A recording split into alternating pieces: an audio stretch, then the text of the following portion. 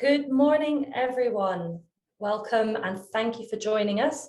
We'll give you a couple of minutes to settle in and we'll wait for more people to join. You're more than welcome to use the chat function here today to introduce yourselves. Where are you based? Where are you tuning in from? Oh, we've got an awesome representation here all across the US and Australia. Hi, everyone. Welcome. All right, so we've got quite a number of people who've joined us now, so we'll kick off. So without further ado, I'm Emma Bamford. I'm a product marketing manager here at Go1, and I'd like to thank you today for joining us in our customer webinar, The Road to Transformational Learning, where we'll be expanding on the Go1 vision and roadmap. Before we start, I'd like to cover a few housekeeping things. Today's webinar is being recorded and we will email you a copy of this recording after the fact. We also invite your comments and questions. You'll see in the panel within Zoom that there's a Q&A function, so please get your questions in there and we'll do our best to answer as many of those as we can. Any that we don't answer, we'll get those written up for you and we'll send through with the recording. So our speakers today are Barnaby Dorfman and Trev de Vroom. We're pleased to have Barnaby, our Chief Technology Officer, join us today. Barnaby brings with him 25 years of experience in the tech industry and is now responsible for leading the product and engineering teams here at Go1.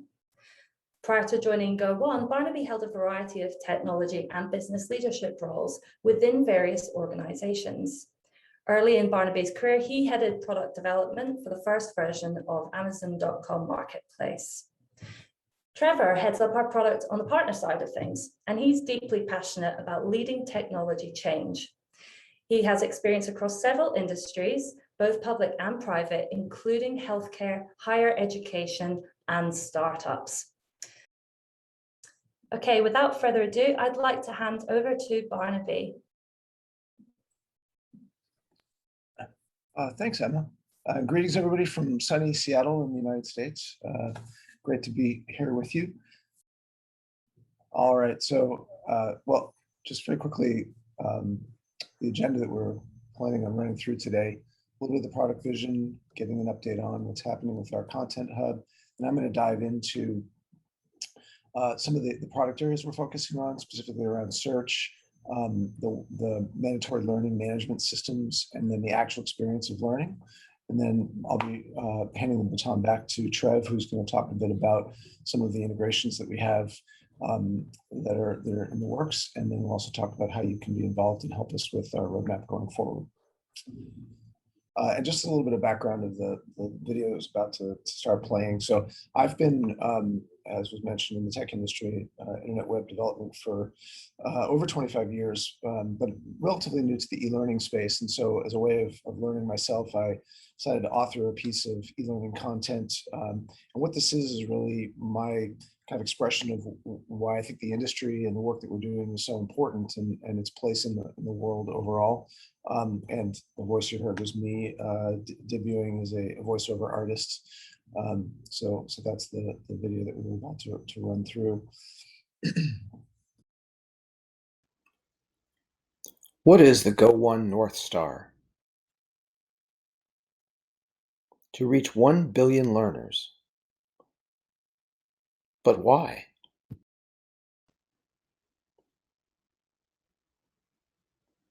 The world has nearly 8 billion people. Almost half have a job. Employment is key to life. Without it, most cannot access the basics. Work also provides a sense of purpose, belonging, and accomplishment. Employment is vital to human existence and happiness. But work is disappearing everywhere. This started over 250 years ago with the Industrial Revolution.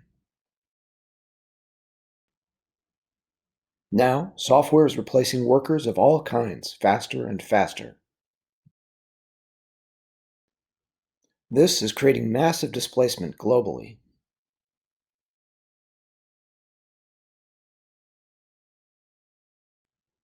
The jobs that remain will require more specialized understanding, human creativity, and intellect. So what's the solution? Learning, reskilling, education. Go1. Unlock positive potential through a love for learning. All right. Getting past that, as I mentioned, there are a number of areas that we're focused on in the product team, and it's roughly divided into three main areas. The first is this notion of helping people find and discover content. And one of the things that we learned early on in e-commerce was the initial hypothesis was just people know what they're looking for, and using the power of computers to do fast searches over huge amounts of data, we can get them right to the thing that they want. But then we learned people don't actually know exactly what they're looking for, and discovery is just as important as find. And so I'll dive into a little bit of the work that we're doing to help people actually not just find specific things, but really go through that journey of discovery around courses and learning that would be helpful to them and to their employees, learners. Second is really around managing assignments. And I know there are a lot of people here who are L&D managers or who work in HR functions where it's that your responsibility to manage what is assigned to employees and track their completions, et cetera. And so we're doing a bunch of work in that area. And then last is really trying to improve the experience for the learner themselves. So if we can move forward to the next slide. Trev, do you want to give a quick update on the content hubs? Yeah, so thank you everyone for joining us today. So what I want to talk about today is just some of the work we're doing in the Content Hub, and this is really going to focus on how we're going to improve the content experience. Then we'll get into, what does that mean in terms of, some of the compliance and consumption experiences, and then where we can consume them in terms of our learning in the flow of work and ways you might be able to get insights in others. When we talk about our content library, we're doing a lot of work to really expand the library and bring in new valuable partners and give more content offering to our customers. So we have edX work that's coming in right now, and we'll see that over the next 4 to 8 weeks, where edX will then be available for their verified learning training to our customers. We're working through with Coursera, and they're coming in the near term. So we'll see that into the next quarter, and bringing in their guided project tracks with over 1,300 courses coming into premium with Coursera. We're also looking at other complementary skills like Simplilearn, their digital learning pathways and certification. And then starting to think about, skills we need in the changing workplace.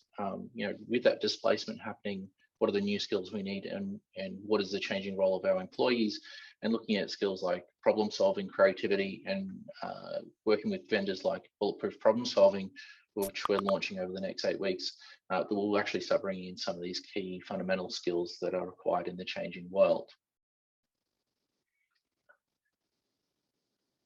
As we bring those in, the second phase of bringing, improving the content experience really comes to enrichment and how we can use that content, how we can make sense of it, and how we can quickly find the things we're looking for. So a large part of this is really focusing on our multi-language offering at the moment, making it really easy to find a diverse range of languages, making it easy to search and assess. Is this going to solve problems across regions for multinational companies where you may have employees that need a similar style of learning and outcome? And how can you make better decisions around, will this learning apply to your global employees? And making it easy around that management and assignment of content. We're also really looking at enriching that content. So making recommendations and discovery and playlists that really work for you, and make it easier to target the learning pathways and competencies and skills required for the learners in your organization. So for us, there's a lot of work we're doing in roles and skills, and making those available and making them power our recommendations and competencies into the next quarter. And we're doing a lot of work in creating rich learning pathways. You might have seen some of our playlist work. We're doing a lot more work in that space around predefined pathways and recommendations around our content providers and industry experts to make it easier to find a pathway for your employees. And the last piece from this is really focusing on the consistency of that play experience. So it's all well and good. We've got a great library that's expanding. we're able to make decisions and find the right things, we need to be able to consistently consume them wherever the learner is. So we're doing a little work around that consistency, and we'll talk a little bit later around some other improvements in that player.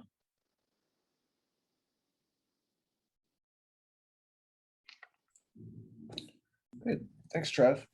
So diving into a little bit around kind of the search and relevance of across all those courses that Trev just mentioned. So you go to the next slide. So what we're seeing here is a design that's currently under development of a new interface for searching through the courses on Go1. And what you can see here is some things that have been there for quite some time. We've long had the ability to do filters down into content after you do a search for something like, say, leadership, which has a very large number of results, over 6,700. But what we're starting to do now is think about how we can add dimensions to the database, to things that are in the search index, that will make it easier for people to, as I said, find and discover things. So over here on the side, we're creating more suggested filters, and then having things like top ratings for content over here. And the idea is that we can help people really go through a journey of discovery rather than just relying on them to actually know what's inside the database to be able to pull it up. And one of the ways we're also doing that is we're going through a process of taking all of the audio that exists in the courses, be that audio that's in a video or something that's native audio to start, and automatically transcribing that into text, which will then allow us to have a much larger set of words to search over. So if you imagine that maybe somebody is looking for a fairly obscure concept that sits in a very long course. We have courses that, that are 20 plus hours, and there's maybe a half-hour segment that talks about that obscure concept, maybe a programming language that isn't used very much today, or some maybe emergent concept in I don't know, diversity, equity, and inclusion. We'll actually be able to surface that in a search in ways that we haven't been able to in the past. And then also bringing all of this together to start making personalized recommendations. So similar to maybe if you are used to the kinds of recommendations you get from streaming video services, which pay attention to what you've watched in the past and understand the relationships between, say, two movies or TV shows. As we get deeper and deeper into understanding the true meaning of the contents of our library, we'll be able to, and then the behaviors of learners, we'll be able to surface things saying, like, if you're interested in this, you might be interested in that. So this is work that's underway, and actually some is already live on the site. If you go to the next slide. So as mentioned, a big part of the work that's done on the Go1 platform and using our tools is managing mandatory learning, things that employers need employees to complete, be it for, say, security, cybersecurity training for, say, ISO certification, or part of your onboarding process, or harassment training that's required by law, continuing education units. So if you go to the next slide, we recognize that there are a lot, especially in larger organizations, these can be very repetitive tasks and can take a lot of time to get through. And as we've grown, as now that we have millions of learners and thousands of L&D managers, HR managers using our product, we've discovered a lot of different patterns and things that people want to do and or to automate. So what you're seeing here again is a design that we're in the process of developing and deploying, where people will be able to do things with fewer clicks and more in the place that they're encountering or interacting with the content or in the workflow, rather than having to jump out to another screen. And so as an example, we're consolidating the ability to enroll and assign and make that much more streamlined. Also, of course, temporal dimensions to learning and learning assignments is a big part of the overall task. And so we're working on making that work better, be more efficient, and again, leveraging what's possible in automation to make the work easier. In the future, we'll really work towards set it and forget it types of things where, like, let's say you've got somebody who has to complete an annual CPR training, that can be assigned automatically and will just come up for them when it's due, rather than someone having to go in and reassign it and pay attention and keep that on the calendar. The things that are in the near term, as mentioned, we've got a lot of this is well into development or developed and now in beta testing. And so for those of you who are interested in participating, we'll have some information at the end on how you can get involved and help us both testing out what we've developed and tell us whether we got it right and whether we're meeting your needs, or as well as shaping our designs and plans for the future. If you could go to the next slide. So kind of the other side of assigning work is reporting on and paying attention to who's done what and what's been completed.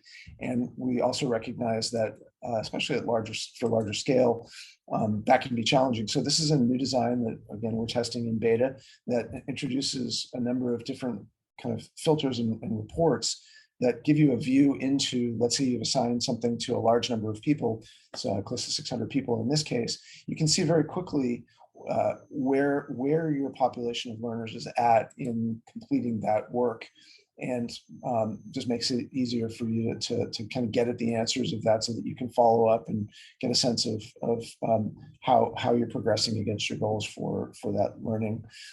So that's also available today in beta for people who want to try it. And then in the future, we're going to really get into trying to look at the overall learning arc of employees and workforces and individuals, and bring things together in a way that's more continuous over time, through the things like learning pathways and targets for completion and continuing education requirements. So if we go to the next slide. So next, just one of the things that we want to always be focusing on is the actual learner experience, and how the individual is able to gain the knowledge that they're looking for, that you're looking for them to have after they've completed coursework. So we go to the next slide. One of the areas of opportunity in this is just improving accessibility generally. People come to work and show up with a variety of different abilities and kind of ways that they learn. And so one of the things that we're working on is making sure that is the ability to have closed captions and transcripts across all of our learning content. Today, there are courses that are in our library that come with that. The screenshot happens to be of a course that on leadership that does have that, and it is pretty advanced. But back to that work that I described of automatically transcribing the audio into text, one of the other uses we'll have beyond search and discovery is to actually display that in captions, and do that consistently across all of the over 100,000 courses that are available in the library. Similarly, we can go the other way. If something is text heavy, we can turn that into audio and play that for somebody who maybe is visually impaired or has other issues. Another issue is, because we have a global footprint and we really are trying to address a global audience, it's just helping with cross-language issues. For a lot of people, if English is a second language, it's helpful for them to listen to English in audio, or whatever language is true, but and then have the subtitles in the same language, so that if there's a bit of an accent or something was hard for them to pick up on, they can read it and kind of fill in the gaps that they may have missed. And then finally, we all learn at different speeds on different things, and so some content, this one that there's a screenshot of, actually does play at different speeds, but again, that's not universally true from all of the content partners that we have. And so we're going to apply that in the player for all content, so people can speed up if they're fast, or maybe this is a reviewer, they really know the content, we're trying to get to a specific part, or slow it down if this is really introductory to them and they really want to be able to follow along at their own pace. Next to on the next slide. So we know that video is a huge part of e-learning, and it's a big part of the majority of the courses that are consumed on our in our platform. And so we want to constantly make that better. And again, to that global footprint, internet connections vary around the globe. And one of the things we'll be introducing soon is the ability to actually adjust the quality of the playback based on the learner's internet connection speed. So rather than having it buffer or be skipping along or kind of have it so that people miss things, it'll just get a little bit fuzzier and it'll work, look a little bit less clear, but that's still a better experience, we believe, than just jumping through things or stalling. Similarly, we recognize that the majority of the people in the world access the internet on a mobile device. And so what we're working on is optimizing for smaller screens, different screen sizes, again, different connection speeds, and making it so that, and we've done a lot of work on the indexing of our content and then the curating of our content to note things that are mobile optimized. And then we'll be working on ways to make that work even better on a wider variety of devices.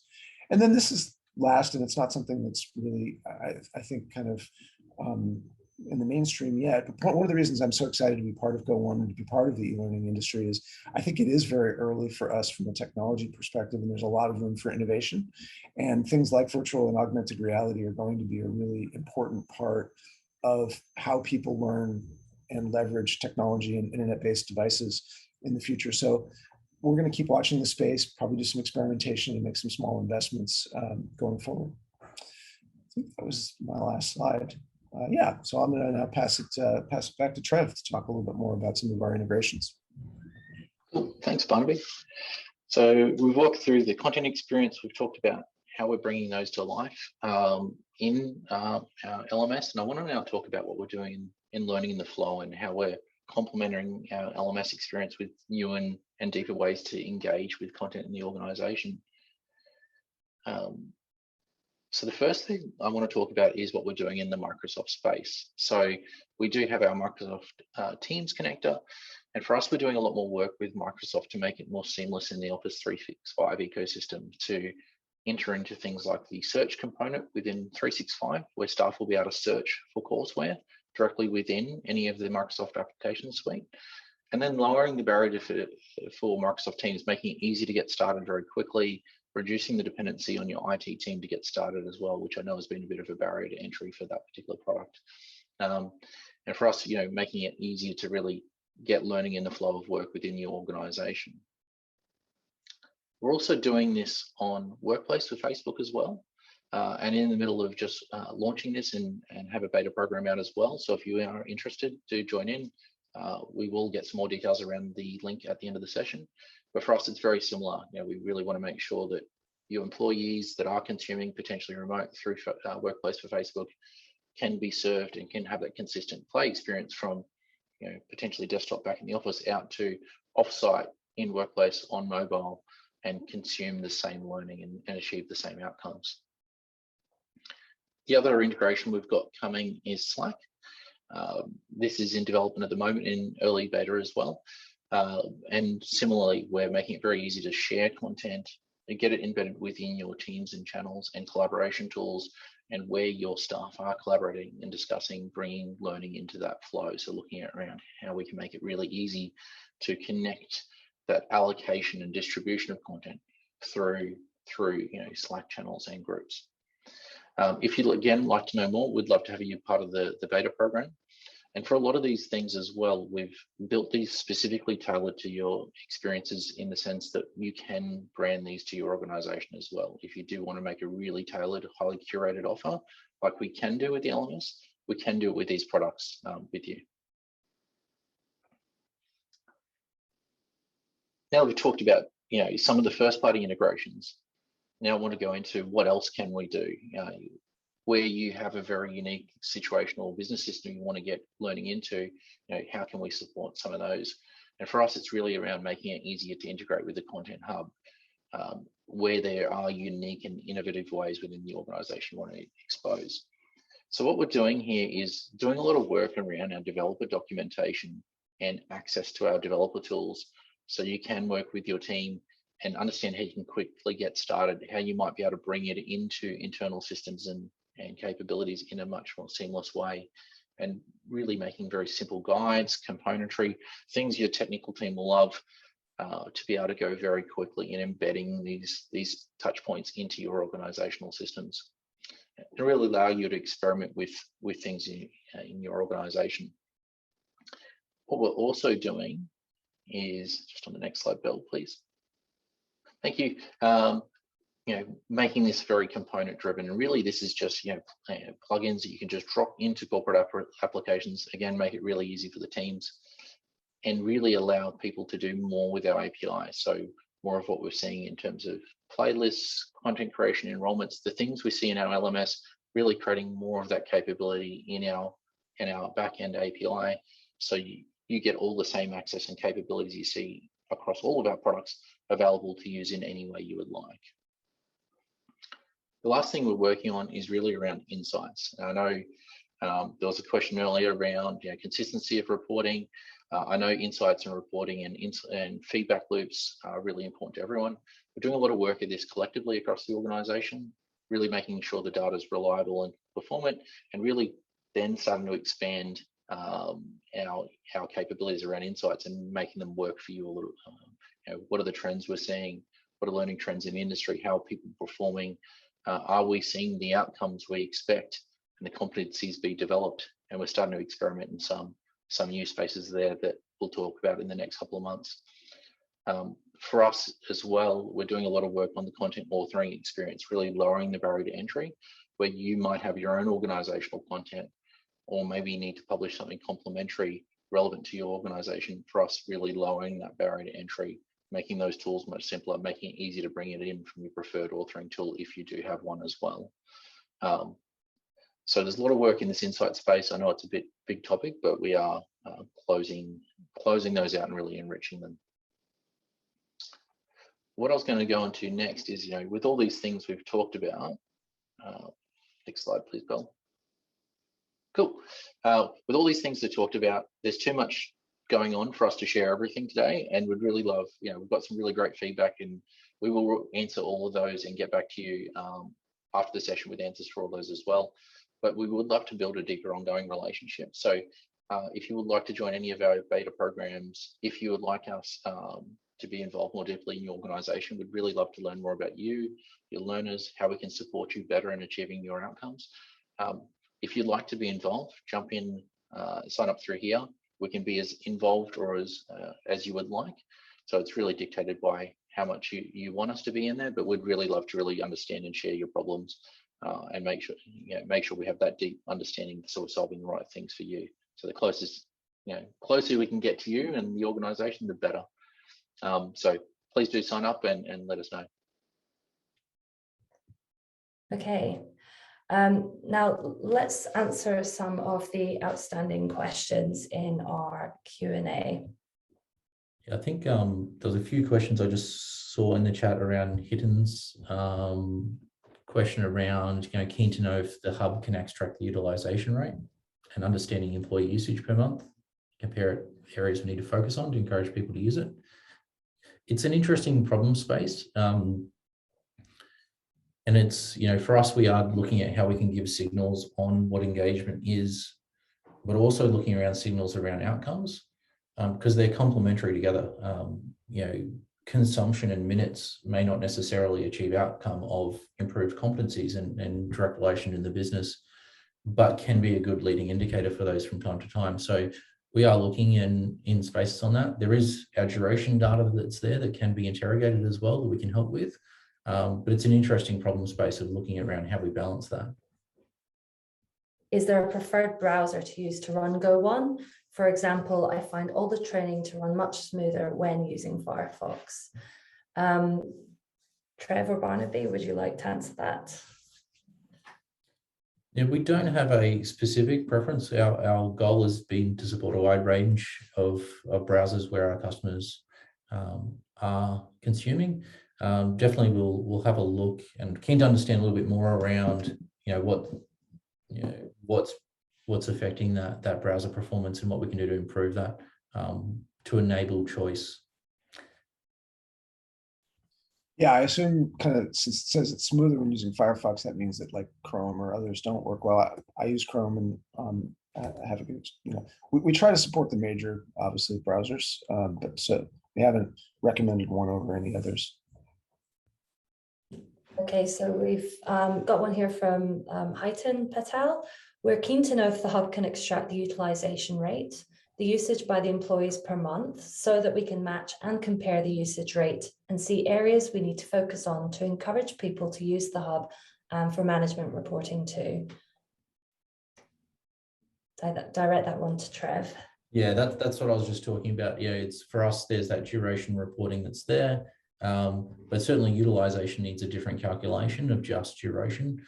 And it's very contextual as well, like how often should they be learning, what are we expecting in terms of the learning consumption and, achievements and compliance, and when do we need them to learn by? But even broader than that, are they achieving the outcomes through learning? Are we seeing behavioral changes and improvement? Is that learning turning into improved business outcomes? So it's an area we're definitely looking at, and there's some elements around duration reporting and utilization we can do there, but outcomes is a big focus of ours right now, of looking at how we can indicate learning has achieved improvements in the business. Oh, sorry, I was just going to jump in on one I saw here. Kirsten Cusack says, I don't remember, is there the ability to review courses offline? We don't currently offer that, but it is on the list of things for consideration. So thanks for reinforcing that. One from Cam Moss here. Perhaps this is for Barnaby. Will there be an improved preview function so you don't waste time working through poor quality courses? Even a rating system for users or just admin to help save time and help highlight the higher quality content? Yeah, I think so. There's kind of two things there. There's improved preview, and yes, we are working on something. It is a little clunky. It's sort of multi-click to get a preview. So we're exploring ways to make that simpler and easier, the way you might experience, and kind of some parallels again to the streaming video entertainment space. On the reviews, there was another comment. Someone was asking about how our content is rated. Currently, there are a couple ways that we do that. We do have a team internally that goes through, especially for some of the more popular content, and does ratings based on some kind of slightly subjective but also objective criteria, like does it have a course description, does it describe learning outcomes, and then just kind of a general review of quality, because we have hundreds of different content providers and over 100,000 courses. Not everything's created equal, and so we try to, for things we know are popular or in demand, come up with our own internal quality ratings so that we're surfacing things that are better more often than things that are not as good. The idea, though, that administrators can also, and then learners are able to rate things just on a 1 to 5 star scale, afterward in some areas. But I think this idea of allowing administrators to actually rate content is a great one, because I know you spend a lot of time actually consuming the content and evaluating if it's the right thing for your folks. And so I've made a note of that. I think it's an interesting dimension to this that we should definitely consider. Yeah, and with that content quality space, it's an interesting paradigm as well, because there's two elements to it. Is, are you getting the consistent play experience? Is it following you? Is it consistent? Is it accessible? Is it in the languages you need? And then there's this other part of quality, which is it right for your staff? Is how they want to learn? Is it consistent with your organizational learning track?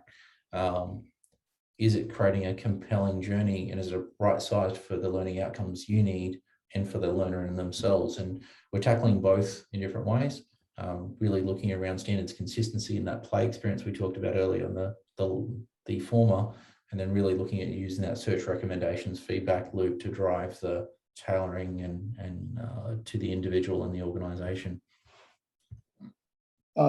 I'll just jump in because I see there's a number of questions from Samuel Spencer. Funny for me, my best friend in school was named Sam Spencer.